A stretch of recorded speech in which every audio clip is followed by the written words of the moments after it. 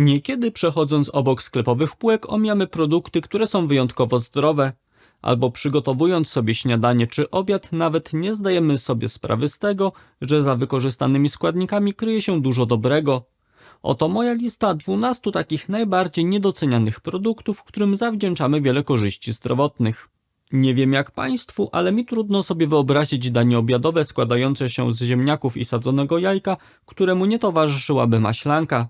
Jednak napój ten uwzględniłem w dzisiejszym zestawieniu nie z uwagi na swoje preferencje smakowe, a dlatego, że uważam go za wyjątkowo zdrowy produkt. Jego walory prozdrowotne wynikają m.in. z obecności dobroczynnych bakterii, które są wykorzystywane do ukwaszenia mleka, w wyniku czego powstaje owa maślanka. Mam tu na myśli bakterie takie jak Lactococcus lactis czy Lactococcus cremoris. Do tego maślanka jest niskokaloryczna, co również jest jej dużym atutem. Jedna szklanka tego napoju dostarcza zaledwie 110 kilokalorii.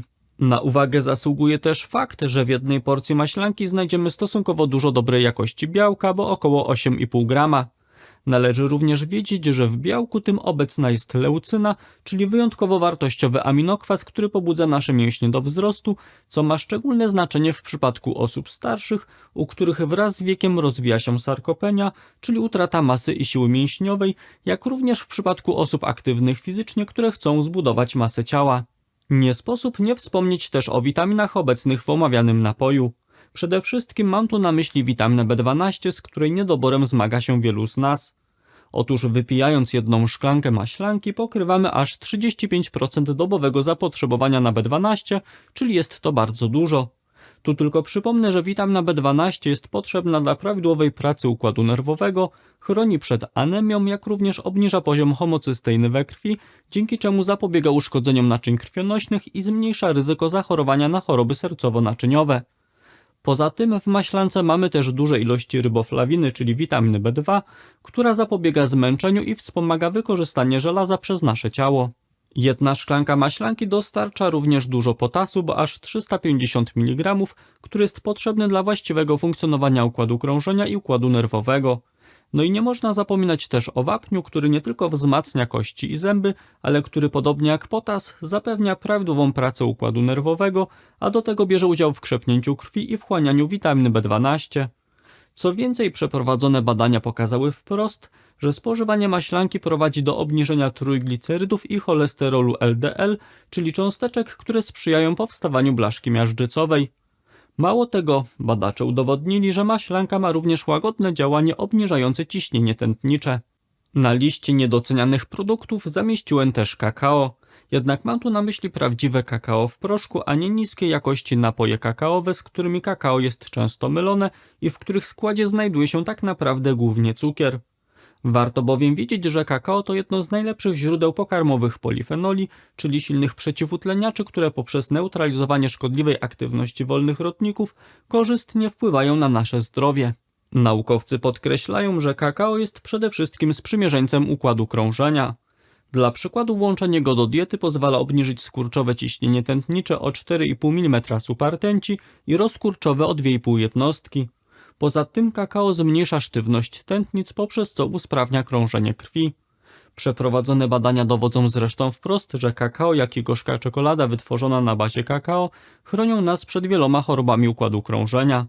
Produkty te zmniejszają ryzyko choroby niedokrwiennej serca o 10%, nadciśnienia tętniczego o 11%, zawału serca o 13% i udarów mózgu o 16%. Jak chodzi jeszcze o potwierdzone w literaturze naukowej właściwości zdrowotne, to kakao poprawia nasz nastrój i zmniejsza ryzyko zachorowania na depresję aż o 70%. Dobrze mieć też świadomość, że kakao usprawnia pracę mózgu, w tym zwiększa sprawność umysłową. A to dlatego, że związki w nim obecne poprawiają przepływ krwi przez istotę szarą mózgu, jak również zwiększają tzw. plastyczność mózgu, czyli dzięki nim pomiędzy komórkami nerwowymi tworzą się nowe połączenia, co usprawnia ich komunikację. W dzisiejszym zestawieniu postanowiłem zamieścić też orzechy włoskie. Z tego co obserwuję, to orzechy te nie są zbyt często przez nas spożywane. A szkoda, bo jak pokazują wyniki badań, regularne ich włączanie do jadłospisu w ilości 1 garści dziennie może znacząco poprawić zdrowie. Podobnie jak kakao, tak również orzechy są nieocenionym wsparciem dla układu krążenia. Dla przykładu eksperci zauważyli, że jedzenie orzechów pozwala zredukować stężenie trójglicerydów aż o 11 mg na decylitr, jak również przywrócić równowagę pomiędzy cholesterolem HDL i LDL, co sprawia, że zapobiegają one rozwojowi miażdżycy. W pracy z 2019 roku możemy przeczytać wprost, że osoby, które często sięgają po orzechy, mają mniejsze ryzyko rozwoju choroby wieńcowej o 17%. Co więcej, badacze dowiedli, że osoby te cechują się mniejszym ryzykiem przedwczesnej śmierci z powodu schorzeń sercowo-naczyniowych, cukrzycy, chorób zakaźnych i chorób układu oddechowego. Można zatem powiedzieć, że orzechy w pewnym sensie sprzyjają dłuższemu życiu. Warto też odnotować fakt, że orzechy włoskie wpływają korzystnie na nasz mikrobiom jelitowy.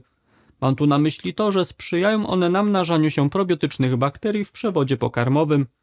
Do tego naukowcy wykazali, że orzechy włoskie poprawiają jakość nasienia u mężczyzn, przez co zwiększają płodność, jak również chronią nas przed stłuszczeniem wątroby i depresją. Wśród niedocenianych produktów, o których rzadko kiedy się mówi, a które zasługują na chwilę uwagi, znajduje się kapusta biała. Warzywo to jest źródłem kilku ważnych składników. Jedna standardowa 150-gramowa porcja takiej kapusty dostarcza 4 gramy błonnika pokarmowego, który reguluje pracę naszych jelit, wspomaga oczyszczanie ciała i pomaga obniżyć poziom cukru we krwi. Do tego we wspomnianej porcji kapusty znajduje się 50 mg witaminy C, czyli całkiem pokaźna ilość. Pozwala ona pokryć dobowe zapotrzebowanie na tę witaminę w 60%. Ponadto kapusta biała obfituje w witaminę K1, której zawiera około 120 mikrogramów, czyli jest to 200% zalecanej dziennej dawki. Tu tylko jako ciekawostkę wspomnę, że według przeprowadzonych badań nie tylko witamina K2, ale również omawiana witamina K1 zmniejsza zwapnienie naczyń krwionośnych, dzięki czemu chroni nas przed problemami kardiologicznymi. No i oczywiście trzeba też odnotować, że witamina K1 jest nam niezbędna do prawidłowego krzepnięcia krwi. Od razu też zaznaczę, że obecność prozdrowotnych związków w kapuście przekłada się na konkretne efekty kliniczne. Dla przykładu praca z 2016 roku pokazała, że regularne spożywanie warzyw krzyżowych, takich jak kapusta biała, wiąże się z mniejszym ryzykiem rozwoju chorób sercowo-naczyniowych o 16%, zaś z publikacji z 2018 roku możemy się dowiedzieć, że warzywo to chroni również przed cukrzycą typu 2. Przy okazji, jeśli moje filmy są dla Państwa ciekawe, to praktyczną wiedzą w pigułce dzielę się również w moim darmowym newsletterze o zdrowiu, czyli porannym dzienniku zdrowia. Taka nazwa wynika z tego, że newsletter wysyłam od poniedziałku do piątku o 6 rano do porannej kawy lub herbaty. Aby się na niego zapisać, zapraszam na www.drbartek.pl/dziennik. Na uwagę zasługują również kiełki brokułów. A to dlatego, że są one jednym z najlepszych źródeł pokarmowych sulforafanu, czyli substancji o wyjątkowo wysokiej aktywności biologicznej. Związek ten słynie przede wszystkim ze swojego działania przeciwnowotworowego. Przy czym warte podkreślenia jest też to, że hamuje on rozwój komórek nowotworowych na różnych etapach nowotworzenia. Mówiąc o sulforafanie, trzeba też wspomnieć o tym, że składnik ten ma silne działanie przeciwzapalne, co może znaleźć zastosowanie u osób zmagających się z chorobami o podłożu zapalnym, w tym np. z zapaleniem stawów.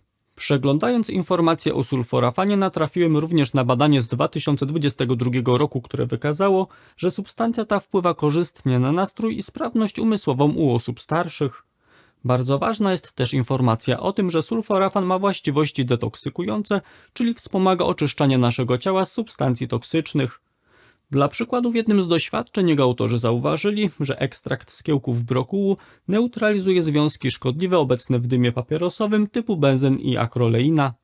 Jak zatem Państwo widzą, w takich niepozornych kiełkach kryje się wielki potencjał, stąd zachęcam do ich regularnego spożywania.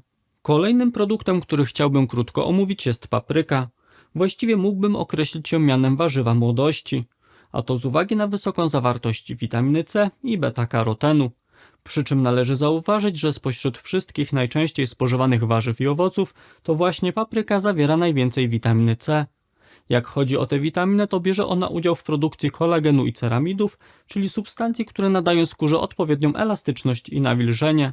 Z kolei beta-karoten znajdujący się w papryce hamuje fotostarzenie się skóry. Mam tu na myśli to, że spowalnia on zmiany starcze zachodzące w skórze pod wpływem promieniowania UV. Poza tym za sprawą wysokich ilości witaminy C, papryka wspomaga usuwanie ołowiu z naszego organizmu, co zostało potwierdzone w kilku pracach naukowych ponad 20 lat temu. Jako ciekawostkę też powiem, że beta-karoten znajdujący się w papryce wywiera pozytywny wpływ na nasze kości. Najnowsze opracowanie z 2023 roku dowiodło, że spożywanie wysokich ilości tego składnika wiąże się ze zwiększeniem gęstości mineralnej kości, jak również z mniejszym ryzykiem rozwoju osteoporozy i złamań kości. Taki efekt wynika m.in. z tego, że beta-karoten hamuje procesy związane z resorpcją, czyli rozkładem kości. Jak chodzi o niedoceniane warzywa, to w niniejszym filmie nie sposób nie powiedzieć też o szpinaku. Spodziewam się, że wielu osobom kojarzy się on z żelazem i dobrym remedium na anemię. Muszę jednak powiedzieć, że szpinak wcale nie dostarcza aż tak dużo żelaza, a dodatkowo zawiera pewne składniki, które utrudniają jego wchłanianie. Niemniej na tle innych produktów roślinnych rzeczywiście wyróżnia się zawartością tego pierwiastka. O jego sile prozdrowotnej decydują jednak inne składniki. Dla przykładu porcja 100 g ugotowanego szpinaku dostarcza aż 140 mikrogramów folianów, czyli witaminy B9. Stanowi to aż ponad 1/3 dziennego zapotrzebowania na ten składnik. Foliany są bardzo ważne dla naszego ciała, a to dlatego, że zapobiegają anemii, ponieważ biorą udział w produkcji krwi, a dodatkowo zmniejszają uczucie zmęczenia i znużenia, wspomagają pracę układu odpornościowego, pomagają utrzymać prawidłowe stężenie homocysteiny, o której już dzisiaj wspominałem, jak również ich wysokie spożycie zmniejsza ryzyko rozwoju choroby Alzheimera i to nawet aż o 56%. Jak chodzi o witaminy, to szpinak jest też doskonałym źródłem witaminy K1, o której dzisiaj mówiłem. W 100 gramach ugotowanego szpinaku mamy 500 mikrogramów witaminy K1, czyli aż 8-krotnie więcej niż wynosi nasze dobowe zapotrzebowanie. Muszę też podkreślić, że szpinak jest najlepszym źródłem pokarmowym luteiny i zeaksantyny, czyli składników istotnych dla zapewnienia zdrowia oczu. Aby mieli Państwo pewną skalę odniesienia, to powiem, że zwykle dostarczamy każdego dnia od 2 do 3 mg tych składników, zaś badania dowodzą, że dobry efekt można uzyskać spożywając około 6 mg. Z kolei wspomniane 100 g ugotowanego szpinaku dostarcza aż 11 do 12 mg luteiny i zeaksantyny, czyli jest to wysoce zadowalająca ilość. Z uwagi na fakt, że w naszej diecie wciąż nie są zbyt popularne i powszechnie stosowane rośliny strączkowe, to na dzisiejszej liście postanowiłem uwzględnić fasolę białą.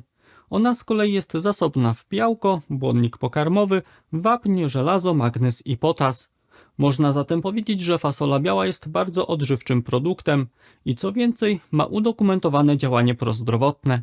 Najnowsze opracowanie z 2023 roku pokazało, że włączenie do jadłospisu strączków takich jak fasola pomaga uchronić nas w pewnym stopniu przed chorobami sercowo-naczyniowymi. Zagłębiając się w literaturę fachową dowiemy się również tego, że osoby, które spożywają regularnie fasolę mają mniejsze ryzyko pojawienia się stłuszczenia wątroby aż o 65%.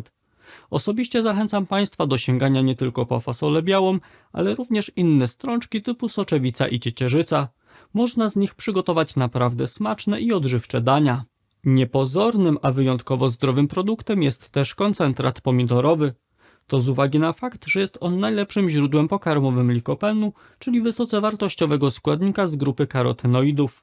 Pod względem zawartości likopenu przewyższa on np. świeże pomidory, dlatego zachęcam, aby te warzywa spożywać również w formie wspomnianego koncentratu. Wystarczą 2 łyżeczki koncentratu dziennie, aby dostarczyć terapeutyczne ilości likopenu. Naukowcy udowodnili, że likopen hamuje utlenianie cholesterolu LDL w naszym ciele, jak również spowalnia zwapnienie naczyń krwionośnych, za sprawą czego chroni nas przed miażdżycą. Do tego likopen ma właściwości hipotensyjne, czyli pomaga obniżyć skurczowe ciśnienie tętnicze. To wszystko przekłada się na konkretny efekt. A mianowicie praca z 2017 roku dowodzi, że dostarczanie dużych ilości likopenu wiąże się z mniejszym ryzykiem udaru mózgu o 17% i choroby wieńcowej o 13%. Warto też dodać, że likopen ma pewne właściwości odmładzające, w tym spowalnia starzenie się skóry, jak również zwiększa jakość nasienia u mężczyzn. Myślę, że nie jest błędem umieszczenie na dzisiejszej liście również grzybów. Wielu z nas, jeśli w ogóle je stosuje, to głównie z uwagi na ich aromat i walory smakowe, jakie nadają innym potrawom. Warto jednak wiedzieć, że grzyby same w sobie są bardzo zdrowe. Wynika to z tego, że zawierają one stosunkowo dużo błonnika pokarmowego, potasu, witaminy B3 i przede wszystkim są źródłem składnika o nazwie ergotioneina, który jest bardzo silnym przeciwutleniaczem i który jednocześnie wykazuje silne właściwości przeciwzapalne i neuroprotekcyjne, czyli ochronne na komórki nerwowe. Z tego też względu ergotioneina jest nawet nazywana witaminą długowieczności. Jeśli zagłębimy się w wyniki badań, to dowiemy się, że regularne spożywanie grzybów pomaga zredukować poziom trójglicerydów we krwi, obniżyć stężenie glukozy we krwi na czczo, jak również produkty te zapobiegają niebezpiecznemu wzrostowi stężenia kwasu moczowego we krwi. Być może ciekawą i praktyczną informacją będzie dla Państwa fakt, że włączanie grzybów do diety spowalnia spadek funkcji poznawczych, który postępuje wraz z wiekiem, czyli dzięki nim dłużej możemy zachować sprawność umysłu. Spośród grzybów polecam przede wszystkim borowiki, kurki, pieczarki i boczniaka. Spodziewam się, że dla niektórych z Państwa pewnym zaskoczeniem może być to, że w dzisiejszym zestawieniu zamieściłem wątróbkę. Oczywiście z podrobami nie powinniśmy przesadzać i dobrze jest spożywać je od czasu do czasu w umiarkowanych ilościach. Należy bowiem wiedzieć, że są to wyjątkowo odżywcze produkty. Wątróbka obfituje przede wszystkim w witaminę B12. Poza nią znajdziemy bardzo duże ilości innych witamin z grupy B, takich jak ryboflawina, niacyna, kwas pantotenowy, pirydoksyna i foliany. Do tego wątróbka jest bardzo dobrym rezerwuarem choliny oraz ważnych składników mineralnych, takich jak żelazo, cynk, selen i miedź. Jeśli podejrzewają Państwo u siebie niedobory pokarmowe wspomnianych związków, to warto czasem sięgnąć właśnie po wątróbkę. Ja szczególnie polecam wątrobę drobiową, wołową i z gęsi. Gdy mowa o wątrobie, to od razu przejdę do kolejnego punktu, jakim jest cebula, która jest częstym towarzyszem dań właśnie na bazie wątróbki. Ona, podobnie jak grzyby, jest postrzegana przez część osób jako dodatek smakowy do potraw. Ewentualnie kojarzy nam się z syropem z cebuli, polecanym m.in. na przeziębienie. Dobrze jednak wiedzieć, że ma ona szeroki, korzystny wpływ na nasze ciało. Dla przykładu, cebula pomaga przywrócić prawidłową równowagę pomiędzy cholesterolem HDL a LDL. Doświadczenie przeprowadzone we Włoszech pokazało, że osoby, które spożywały przynajmniej jedną porcję cebuli tygodniowo, miały mniejsze ryzyko wystąpienia ostrego zawału mięśnia sercowego aż o 22%. Z kolei w 2021 roku Japończycy opublikowali wyniki swoich badań, które wykazały, że regularne spożywanie cebuli pomaga dłużej utrzymać nam wysoką sprawność umysłową i w pewnym stopniu spowalnia rozwój demencji. Osobom zainteresowanym powiem, że takie działanie wynika z obecności kwercetyny, która usprawnia przepływ krwi w mózgu i chroni komórki nerwowe przed zmianami neurodegeneracyjnymi. Dodam też, że cebula wykazuje działanie hipoglikemizujące, czyli obniżające stężenie glukozy we krwi. Z tego też względu, jak możemy przeczytać w jednej z publikacji naukowych, cebulę można potraktować jako wsparcie dla leczenia cukrzycy. Do tego nie powinien umknąć nam fakt, że cebula jest źródłem związków o nazwie fruktooligosacharydy. Są to naturalne prebiotyki, które są cenną odżywką dla dobroczynnych bakterii obecnych w naszych jelitach i które to przyczyniają się do korzystnego wzrostu ich liczebności. Jeśli interesują Państwa jeszcze inne zestawienia wartościowych produktów, to zachęcam do zapoznania się z materiałem, w którym opowiadam o najzdrowszych napojach. Aby się z nim zapoznać, wystarczy kliknąć na miniaturę, która pojawiła się na ekranie. A na dziś z mojej strony to wszystko. Dziękuję za uwagę i do zobaczenia w kolejnym odcinku.